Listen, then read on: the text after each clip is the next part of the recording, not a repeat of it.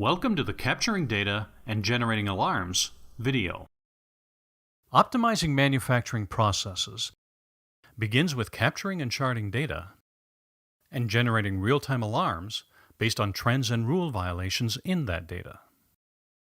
WinSPC's data collection window is typically set up so that on its left, users are guided through the capturing of data, and on its right, users interact with real-time charts and alarms. Operators can be trained on this window in minutes, and everything on it is security controlled. WinSPC can capture virtually any type of data, including quality measurements such as product dimensions and weights and functional tests, process parameters such as machine performance and environmental data, attribute checks such as visual inspections and defects, and traceability details in the form of tags, such as lot number, shift, or machine. And WinSPC captures data from almost any source, including devices and machines, production systems, and databases and files. WinSPC can automatically prompt these sources on a timer, or they can be manually prompted by an operator. As data is captured, it is immediately tested against standard SPC rules or user-defined rules.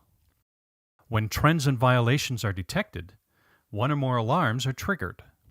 Alarms ranging from color-coded out-of-control indicators to configurable messages, prompts for assignable causes, corrective actions, or notes, automated emails to supervisors, and status updates to connected systems and equipment, enabling machine shutdowns, lot containments, and other responses. To complement the data collection window's charts and alarms, WinSPC includes dashboards. With dashboards, shop personnel can, in one view, see the status of multiple upstream and downstream operations. Optimized processes produce the highest quality product for the lowest possible cost. With flexible data capturing, configurable alarms, and dashboard visualizations, WinSPC provides manufacturers the tools for rapid optimization. We invite you to learn more about WinSPC. Thanks for watching.